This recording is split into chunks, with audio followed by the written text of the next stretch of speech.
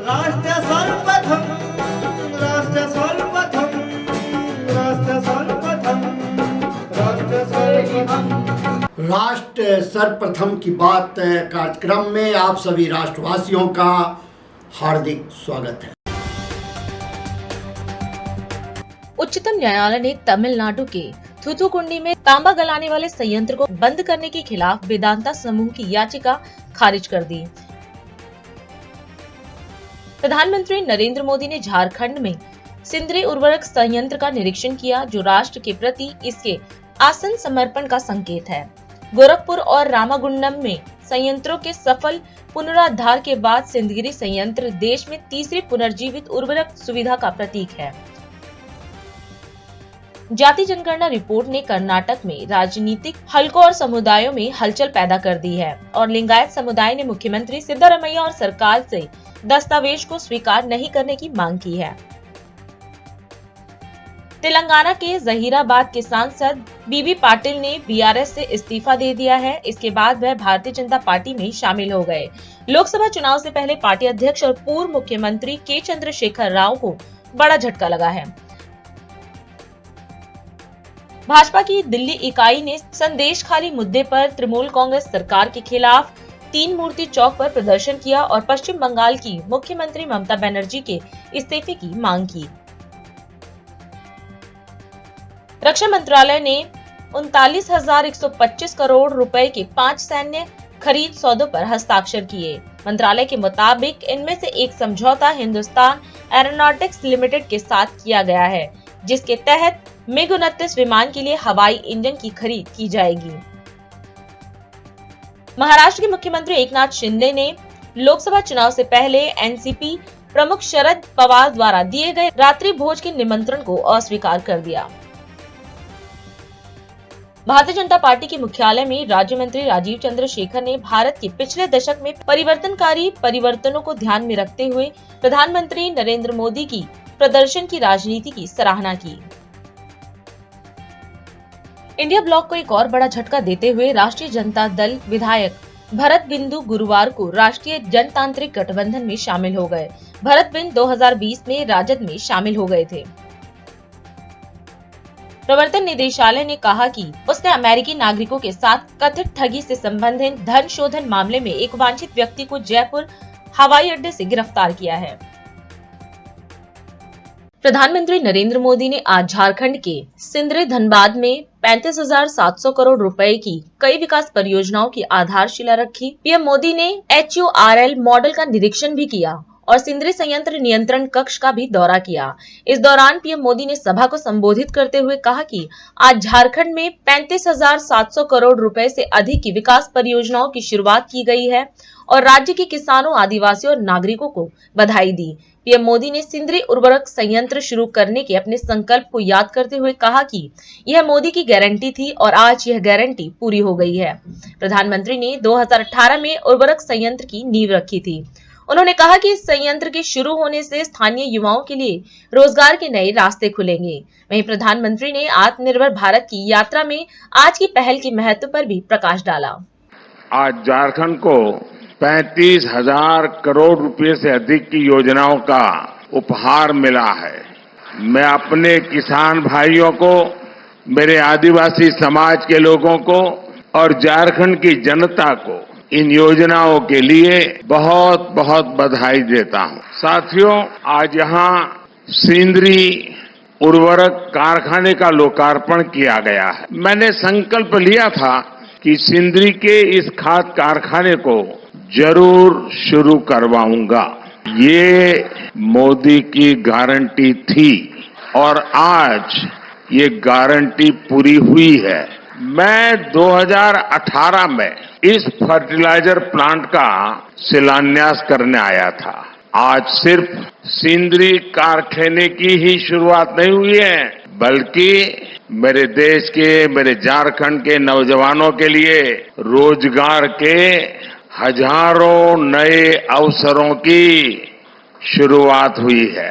इस खाद कारखाने के लोकार्पण के साथ ही आज भारत ने आत्मनिर्भरता की ओर भी एक बड़ा कदम उठाया है। हर वर्ष भारत में करीब करीब 360 लाख मैट्रिक टन यूरिया की जरूरत होती है। 2014 में जब हमारी सरकार बनी तो उस समय देश में 225 लाख मैट्रिक टन यूरिया का ही उत्पादन होता था। इस बड़े गैप को भरने के लिए भारत में बड़ी मात्रा में यूरिया का आयात करना पड़ता था। इसलिए हमने संकल्प लिया कि देश को यूरिया के मामले में आत्मनिर्भर बनाएंगे। हमारी सरकार के प्रयासों से बीते 10 वर्षों में यूरिया का उत्पादन बढ़कर 310 लाख मैट्रिक टन हो गया है। बीते 10 वर्षों में हमारी सरकार ने रामागुंडम, गोरखपुर, बरौनी इन फर्टिलाइजर प्लांट फिर से दोबारा शुरू करवाए। अब आज इसमें सिंदरी का नाम भी जुड़ गया है। तालचेर फर्टिलाइजर प्लांट भी अगले 1-1.5 साल में शुरू होने जा रहा है और मुझे पक्का भरोसा है, देश की जनता पर भरोसा है कि उसके उद्घाटन के लिए भी मैं जरूर पहुंचूंगा। इन 5 प्लांट से भारत 60 लाख मैट्रिक टन से भी ज्यादा यूरिया का उत्पादन कर पाएगा। यानी भारत तेजी से यूरिया के मामले में आत्मनिर्भर होने की तरफ बढ़ रहा है। इससे न सिर्फ विदेशी मुद्रा की बचत होगी, बल्कि वो पैसा किसानों के हित में खर्च होगा। साथियों, आज का दिन झारखंड में रेल क्रांति का एक नया अध्याय भी लिख रहा है।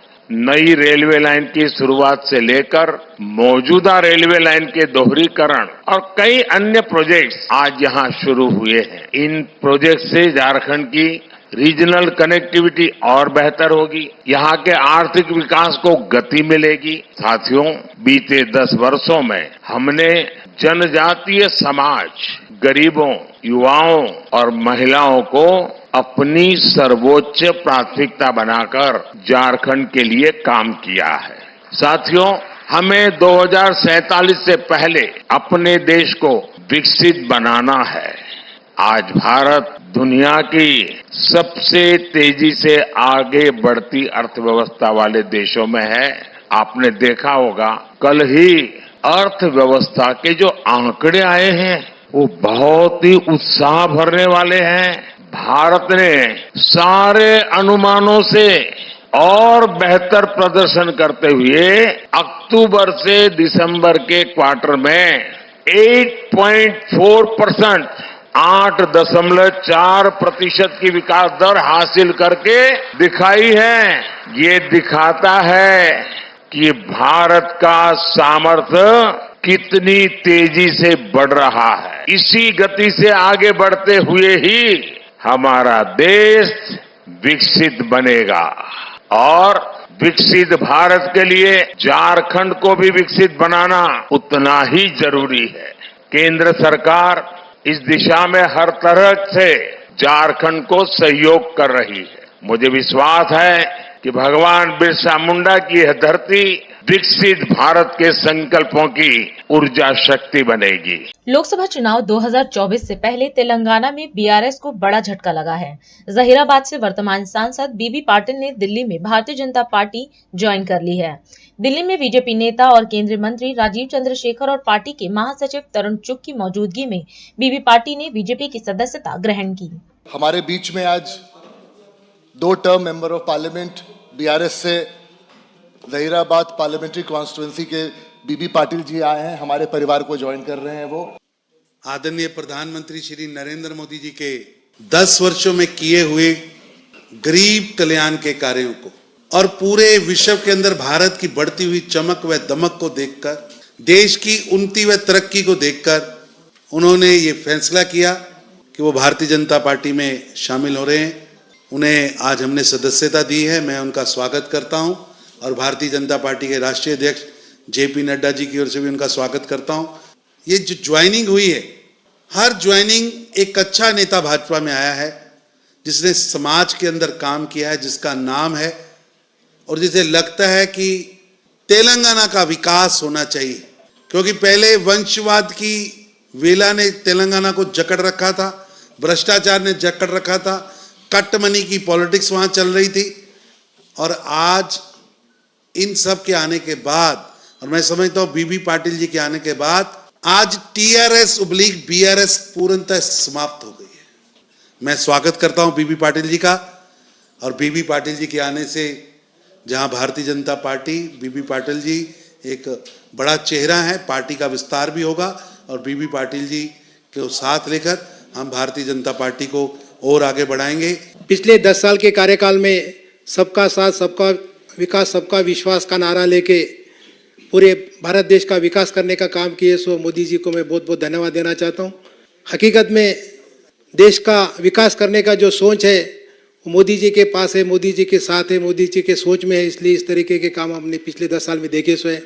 बहुत सारे विकास गरीबों के लिए, बिलो पॉवर्टी लाइन के लोगों के लिए, सभी तबके के लोगों के लिए उन्हें अच्छे से काम करने का काम किया, उसमें महिला हो, युवा हो, सबके लिए समझो ऐसा।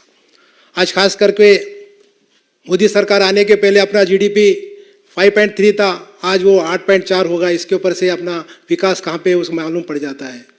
आज हमारे नेता को मोस्ट ट्रस्टेड लीडर के नाम से जाना जाता है, उनका एक विश्वास है, पूरे दुनिया में उनको विश्वास किया जाता है। आत्मनिर्भर भारत, इंडिपेंडेंट भारत बनाने में उनका बहुत बड़ा योगदान है। डेफिनेटली सभी लोगों को रोजगार देने के लिए, सभी अलग अलग योजना के साथ सब जोड़ने के लिए उन्होंने बहुत सारा काम किया सो है। खास करके महिलाओं के लिए आज कल परसों हमने देखे करोड़ों लोगों को करोड़पति बनाने के लिए उन्हें बड़े बड़े स्कीम्स लेके आके महिलाओं को एक प्रोत्साहित करने का भी काम किया सो है। उसी तरीके से पिछले 10 साल के कार्यकाल में सभी राज्यों के लिए विकास के लिए किस तरीके से काम करना चाहिए वो भी सब सोच के विकास के लिए काम करने का भी काम किया सो है। और 10 साल के कार्यकाल में बहुत सारे इम्पोर्टेंट बिल्स लेके आके जो कई दिनों से पेंडिंग थे उसमें वैसे काम भी करे, जिसमें राम मंदिर का उद्घाटन का कार्यक्रम हो, अनुच्छेद 370 का हो, 3 तलाक हो, सर्जिकल स्ट्राइक हो, मुफ्त कोविड टीकाकरण हो, स्वच्छ भारत अभियान हो, मेक इन इंडिया हो, ऐसे अलग अलग प्रोग्राम लेके एक अच्छा भारत बनाने का जो काम किया, सो इसलिए मैं खास करके सभी हमारे केंद्र के मंत्रियों को, मोदी जी को धन्यवाद देना चाहता हूँ। डेफिनेटली तेलंगाना का विकास के लिए, मेरे संसदीय क्षेत्र के विकास के लिए हम लोगों ने स्टेप लिए सो है। इसके अलावा दूसरा कुछ भी नहीं। अच्छा विकास होना चाहिए तो अच्छे काम होना चाहिए। केंद्र से हमारे को काफ़ी मतलब तो फंड्स की ज़रूरत रहती, काम की ज़रूरत रहती। डेफिनेटली पिछले 10 साल के कार्यकाल में भी बहुत सारी उनसे हमारे को मदद मिली, इसलिए भी सभी मंत्रियों को धन्यवाद देना चाहता हूँ। आने वाले दिनों में मोदी जी, नड्डा जी, शाह जी, हमारे राज्य के लक्ष्मण जी, हमारे किशन रेड्डी जी, हमारे सभी लोगों को साथ में लेके हम इससे भी अच्छा काम करने की कोशिश करेंगे और पार्टी को मजबूत करने के लिए हर तरह की कोशिश करेंगे, करने का भी जरूर काम करेंगे, ऐसा बताना चाहता हूँ। अभी समय है एक ब्रेक का, हम चलते हैं ब्रेक पर, आप कहीं जाए नहीं, छोटा सा break. Powered by Kamal Buildtech Private Limited, fulfilling promises. With our professional team and experience of delivering projects, in past we guarantee you peace of mind and top quality work in an affordable price. और अधिक खबरों के लिए आप हमारे YouTube channel दैनिक India दर्पण को अभी सब्सक्राइब करें और नोटिफिकेशन के लिए बेल आइकन को प्रेस करना ना भूलें। राष्ट्र सर्वप्रथम की बात कार्यक्रम में ब्रेक के बाद एक बार फिर आप सभी राष्ट्रवासियों का स्वागत। Uttar Pradesh international trade show 2024 के रोड शो में मुख्यमंत्री योगी आदित्यनाथ ने प्रतिभाग किया। इस दौरान मीडिया को संबोधित करते हुए सीएम ने इस कार्यक्रम में उत्तर प्रदेश के सहयोगी राज्य के रूप में भागीदार होने पर प्रधानमंत्री नरेंद्र मोदी का आभार व्यक्त किया। उन्होंने कहा कि पिछले 10 वर्षों में पीएम मोदी के नेतृत्व में जो कार्य हुए हैं, जिनमें पीएम मित्र पार्क जो देश के अंदर 7 स्थानों में स्थापित हो रहे हैं, उनमें से एक उत्तर प्रदेश के लखनऊ हरदोई के बीच में 1000 एकड़ के क्षेत्रफल में स्थापित होने जा रहा है। उन्होंने कहा कि इससे रोजगार के नए अवसर खुलेंगे। भारत टेक्स 2024 यूपी पवेलियन में मैं आप सबका हृदय से स्वागत करता हूं। मैं आभारी हूं आदरणीय प्रधानमंत्री जी का, जिन्होंने इतने महत्वपूर्ण इवेंट में उत्तर प्रदेश को एक पार्टनर स्टेट के रूप में भागीदार होने का अवसर दिया है और राष्ट्रीय राजधानी में एक साथ 2 बड़े स्थानों पर, यहाँ भारत मंडपम में और उधर यशोभूमि पर, यह एक इंटरनेशनल इवेंट टेक्सटाइल के क्षेत्र की अतीत, वर्तमान और भविष्य की संभावनाओं को ध्यान में रख करके जो एग्जीबिशन लगी हुई है भारत टैक्स के नाम पर, यह एक अत्यंत सराहनीय पहल रही है। पिछले 4 दिनों के अंदर इस फील्ड से जुड़े हुए ढेर सारे लोगों ने यहाँ पे अपनी सहभागिता की है। जब हम टेक्सटाइल की बात करते हैं तो भारत के अंदर एग्रीकल्चर के बाद जिस एक फील्ड में सबसे अधिक संभावना हो सकती है रोजगार की, डेवलपमेंट और टेक्नोलॉजी की, वह टेक्सटाइल का क्षेत्र है। उत्तर प्रदेश ने पार्टनर स्टेट के रूप में यशोभूमि में 20 एक्सीवेटर उत्तर प्रदेश के वहाँ पर स्थापित हुए हैं और 46 इस भारत मंडपम में उत्तर प्रदेश के हमारे अलग अलग क्षेत्र से जुड़े हुए, खासतौर पर सिल्क, कारपेट और हैंडीक्राफ्ट के साथ साथ उत्तर प्रदेश की जो परंपरागत उत्पाद है, जिसे हमने उत्तर प्रदेश में 1 डिस्ट्रिक्ट 1 प्रोडक्ट के रूप में देश के सामने प्रस्तुत किया है। इन सब को हम लोगों ने यहाँ पे इस एग्जीबिशन के रूप में जितने भी बायर्स आए हैं देश से, दुनिया से, उन सब के सामने प्रस्तुत किया है। मुझे प्रसन्नता है कि जो भी यहाँ पे फॉरेन या फिर डोमेस्टिक बायर आए हैं, इन लोगों ने एग्जीबिशन को न केवल पसंद किया है बल्कि उनको ऑर्डर प्लेस भी किए हैं। उत्तर प्रदेश में इस दिशा में बहुत अच्छी संभावनाएं हैं और खासतौर पर जो पिछले 8-10 वर्षों में प्रधानमंत्री मोदी जी के नेतृत्व में जो कार्य हुए हैं, पीएम मित्रा पार्क जो देश के अंदर 7 स्थानों में स्थापित हो रहे हैं, उनमें से एक उत्तर प्रदेश के लखनऊ हरदोई के बीच में 1000 एकड़ से अधिक क्षेत्रफल में हम लोग स्थापित करने जा रहे हैं। उत्तर प्रदेश में रेडीमेड गारमेंट्स में ढेर सारी संभावनाएं हैं। इसके लिए हम लोगों ने जो कार्रवाई अपनी प्रारंभ की है, फ्लेटेड फैक्ट्री का भी एक नया कॉन्सेप्ट हम लोग प्रदेश के अंदर 4 स्थानों पे, यानी ग्रेटर नोएडा के बाद 4 अन्य स्थानों पर हमारे ये विकसित हो रहे हैं। प्रदेश के अंदर अलग अलग क्षेत्रों में, टेक्सटाइल के क्षेत्र में, सिल्क के क्षेत्र में, कारपेट के लिए, लखनऊ की चिकनकारी के लिए, या फिर बरेली की जरी जरदोजी के लिए, या सीतापुर की दरी के लिए, यानी जो ढेर सारी संभावनाएं हैं देश के अंदर, जो संभावनाएं हैं उत्तर प्रदेश उसमें महत्वपूर्ण भूमिका, खासतौर पर अगर हम देश के अंदर कारपेट के रूप में देखते हैं तो कारपेट का जो 17,000 करोड़ रुपए का कारपेट भारत से एक्सपोर्ट होता है, उसमें 60% कारपेट उत्तर प्रदेश के भदोई, मिर्जापुर और वाराणसी जो हमारा सिल्क क्षेत्र है, इसी से यह हम लोग देश एक्सपोर्ट करता है दुनिया को। लखनऊ में चिकनकारी का भी जो काम हो रहा है, पिछले 7 वर्षों के अंदर उसे प्रमोट करने का जो कार्य किया गया है, उसने काफी प्रगति की है, काफी अच्छी दिशा में वह आगे बढ़ा है। ऐसे ही सीतापुर की दरी ने जरी जरदोजी का जो काम बरेली और प्रदेश के अंदर अन्य स्थानों पे होता है, तो यह एक न केवल वर्तमान की बल्कि भविष्य की आवश्यकता का एक केंद्र है, रोजगार सृजन का एक बहुत महत्वपूर्ण माध्यम भी है और साथ साथ विकास की संभावनाओं को भी आगे बढ़ाने के साथ साथ रॉ मटेरियल का उपयोग करके हम अतिरिक्त आमदनी कैसे कर सकते हैं, टेक्सटाइल उन संभावनाओं को हमें अपनी ओर आकर्षित करता है।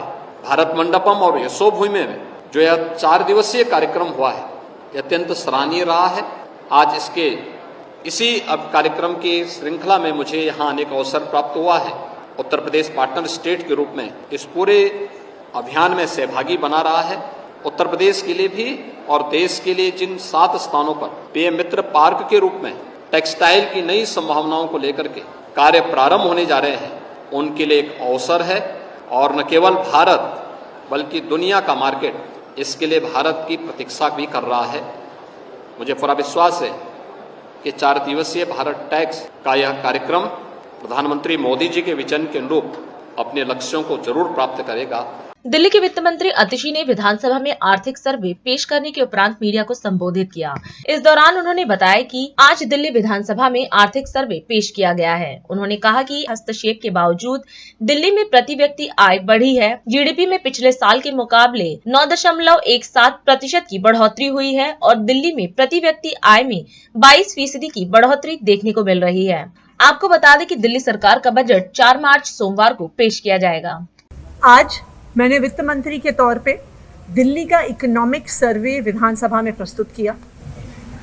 दिल्ली विधानसभा में इकोनॉमिक सर्वे हर साल पेश किया जाता है, लेकिन इस साल का इकोनॉमिक सर्वे कई मायनों में महत्वपूर्ण है, क्योंकि शायद दिल्ली की सरकार के इतिहास में, अरविंद केजरीवाल जी की सरकार के इतिहास में जितने प्रयास पिछले एक साल में हुए हैं केजरीवाल सरकार के काम रोकने में, शायद इस शहर के, इस राज्य के, इस देश के इतिहास में कभी नहीं हुए होंगे। और इसीलिए ये आर्थिक सर्वेक्षण महत्वपूर्ण है, क्योंकि ये दिखाता है कि केंद्र सरकार के उनके नए नए कानून के, उनकी नई नई बाधाओं के बावजूद अरविंद केजरीवाल जी के नेतृत्व में दिल्ली की अर्थव्यवस्था, दिल्ली का राजस्व, दिल्ली की प्रति व्यक्ति आय लगातार बढ़ रही है। अगर हम इस साल के इकोनॉमिक सर्वे के आंकड़े देखने जाएं, तो हम देख सकते हैं कि कोविड में इकोनॉमी में स्लो ग्रोथ होने के बावजूद, इकोनॉमी का साइज कॉन्ट्रैक्ट होने के बावजूद, दिल्ली की इकोनॉमी में पिछले 2 साल से लगातार वृद्धि हुई है। और जो जीएसडीपी है दिल्ली का करंट प्राइसेस के आधार पर, वो 2022-23 में 10,14,000 करोड़ था, और ये 9.25% की रिकॉर्ड ग्रोथ दिखाकर इस साल 11,07,000 करोड़ पर पहुंच गया। अगर आप देखने जाइए तो दिल्ली की कुल आबादी देश की आबादी की 1.5% है, लेकिन दिल्ली का पूरे देश की जीडीपी में कंट्रीब्यूशन उससे डबल है, यानी 4%। एक और महत्वपूर्ण आंकड़ा जो दिल्ली में हो रही आर्थिक समृद्धि, आर्थिक विकास को दिखाता है, वो है दिल्ली के लोगों की बढ़ती हुई प्रति व्यक्ति आय। 2021-22 में ये आंकड़ा 3,76,000 था, और मात्र 2 सालों में ये 22% बढ़कर आज 4,61,000 पर पहुंच गया है। ना सिर्फ दिल्ली की प्रति व्यक्ति आय लगातार बढ़ी है, बल्कि दिल्ली की प्रति व्यक्ति आय बाकी देश भर की प्रति व्यक्ति आय से अब 2.5 गुना ज्यादा हो गई है।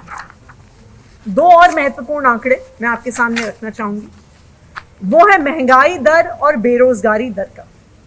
ये इसलिए महत्वपूर्ण है क्योंकि आज देश के सामने महंगाई और बेरोजगारी 2 सबसे बड़ी समस्याएं हैं। आज भारत में महंगाई ने चरम छू लिया है। पूरी दुनिया में दूसरे नंबर पर भारत का महंगाई दर है, लेकिन ये दिल्ली की सरकार है, अरविंद केजरीवाल जी की सरकार है, जिसने दिल्ली में महंगाई दर को घटाया है। अगर आप इन्फ्लेशन रेट देखने जाएंगे तो दिल्ली का आज इन्फ्लेशन रेट देश भर में सबसे कम है। जनवरी से दिसंबर 2023 में पूरे देश का इन्फ्लेशन रेट 5.65% था, लेकिन दिल्ली का इन्फ्लेशन रेट उसका आधा यानी 2.81% था। बेरोजगारी की अगर हम बात करें तो आज देश में बेरोजगारी चाहे युवाओं की हो, चाहे फ्रेश ग्रेजुएट्स की हो, 25%, 42% तक के आंकड़े छू रही है। दिल्ली एकमात्र राज्य है जहां पे बेरोजगारी दर कम हो रहा है। 2020-21 में दिल्ली में बेरोजगारी दर 6.3% था, लेकिन 22-23 में वो घटकर 1.9% हो गया है। ये सारे आंकड़े ये दिखा रहे हैं कि दिल्ली की अर्थव्यवस्था में लगातार वृद्धि हो रही है। इसके अलावा दिल्ली के राजस्व में भी वृद्धि हुई है। 18% दिल्ली का राजस्व बढ़ा है, और लगातार दिल्ली सरकार देश की एकमात्र सरकार बनी हुई है जो बिजली फ्री, पानी फ्री, एजुकेशन फ्री, स्वास्थ्य सुविधा फ्री, महिलाओं के लिए बस यात्रा फ्री, बुजुर्गों के लिए तीर्थ यात्रा फ्री देने के बावजूद देश की एकमात्र सरकार है जो मुनाफे में चलती है, जिसके पास फिस्कल सरप्लस है। ये सरप्लस 2021-22 में 3,270 करोड़ था, और 2022-23 में दिल्ली का फिस्कल सरप्लस यानी हमारी आय हमारे खर्चे से कितनी ज्यादा है, वो बढ़कर 14,450 करोड़ हो गया। तो इस साल का इकोनॉमिक सर्वे ये दिखा रहा है कि अरविंद केजरीवाल जी के नेतृत्व में दिल्ली की अर्थव्यवस्था और दिल्ली का राजस्व लगातार बढ़ रहा है। रायपुर के स्वामी विवेकानंद एयरपोर्ट में सुकमा जिले के सुदूर अंचल सिलगेर और टेकलगुड़ा गांव से रायपुर आए 50 आदिवासी युवाओं को सोलर पैनल, सोलर लाइट और ट्रैवलिंग बैग का वितरण किया गया। इस दौरान मुख्यमंत्री विष्णुदेव साय ने कहा कि ऐसा कार्यक्रम छत्तीसगढ़ की धरती पर पहली बार हो रहा है। सुकमा जिले के सेंसिटिव क्षेत्र के आदिवासी छात्र यहां आए हैं। उन्होंने बताया कि पहली बार ये छात्र गांव से निकलकर देश दुनिया को देख रहे हैं। सीएम ने बताया कि सरकार ने एक योजना अपना अच्छा गांव लॉन्च किया है, जिसके तहत इनके घरों में बिजली, पानी की व्यवस्था प्राथमिकता से की जाएगी। सीएम ने सभी को आश्वस्त किया कि हर मांग पूरी की जाएगी। सरकार आपके साथ खड़ी है। सभी हमारे कार्यकर्ता बंधुगण, अधिकारीगण और हमारे टेकुल स्टूडेंट जिनके और कुंवरती सभी हमारे आदिवासी बेटा बेटी बंधु हमारे सिलगेर के समान्य सरपंच साहब, मैंने इस कार्यक्रम को ऐतिहासिक इसलिए कहा कि इस तरह का कार्यक्रम इस छत्तीसगढ़ की धरती में पहली बार हो रहा है। आज जो बच्चे यहाँ पर और जो सज्जन बैठे हैं, ये सुकमा जिले के उनका विकास खंड के जो एकदम सेंसिटिव एरिया है, सिलगेर, टेकुलगुड़े और कुंवरती, वहाँ के हमारे आदिवासी स्टूडेंट हैं, आदिवासी सज्जन, और पहली बार लोग अपने गांव से निकलकर ये देश दुनिया देख रहे हैं। और ऐसे एरिया के विकास के लिए हम लोग एक नया कार्यक्रम लॉन्च किए हैं, नियत में लाना आपका अच्छा गांव। और इस कार्यक्रम का मकसद ये है कि इन तक सरकार की जो भी सुविधा है वो सब सुविधा को प्राथमिकता के साथ पहुंचाना है। इनके बसाहट तक रोड बने, इनके सबका घर पक्का का प्रधानमंत्री आवास में बने, इनके घर में बिजली हो, इनके घर में पानी हो, इनके गांव में स्कूल हो, इनके गांव में अस्पताल हो, इनके घरों में गैस का सिलेंडर हो, सबका जनधन खाता हो, आधार कार्ड हो, आयुष्मान कार्ड हो, मतलब जो भी सरकार की सुविधा है उसको प्राथमिकता से करेंगे और करना शुरू भी हो गया है। कल इन्होंने कई चीज की मांग की है कि गांव में स्कूल होना चाहिए, इनके खेतों में पानी पहुंचना चाहिए, उसके लिए ट्यूबवेल की खुदाई होनी चाहिए। मैं आप लोगों को आश्वस्त करना चाहता हूं कि आपका सब काम हम लोग करेंगे, हमारी सरकार करेगी।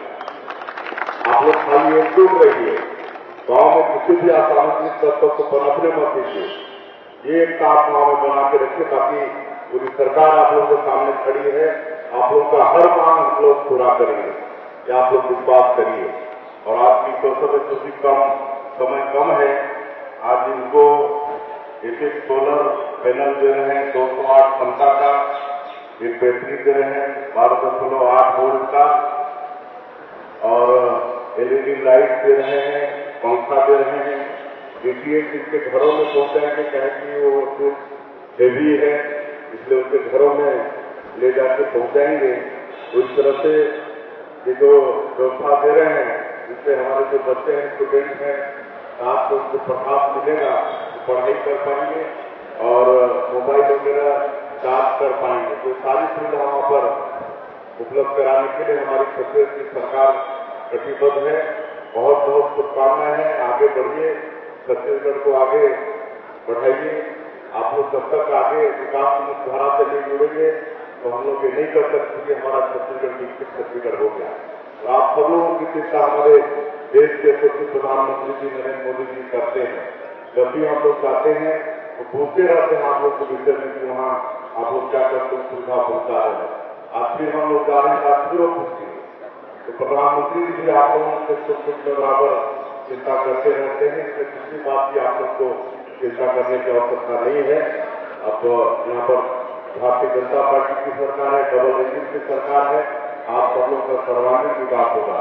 इस समय बार आप लोग को बहुत बहुत शुभकामनाएं देता हूँ। बहुत बहुत धन्यवाद। जय हिंद, जय छत्तीसगढ़। और अधिक खबरों के लिए आप हमारे YouTube चैनल दैनिक इंडिया दर्पण को अभी सब्सक्राइब करें और नोटिफिकेशन के लिए बेल आइकन को प्रेस करना ना भूलें।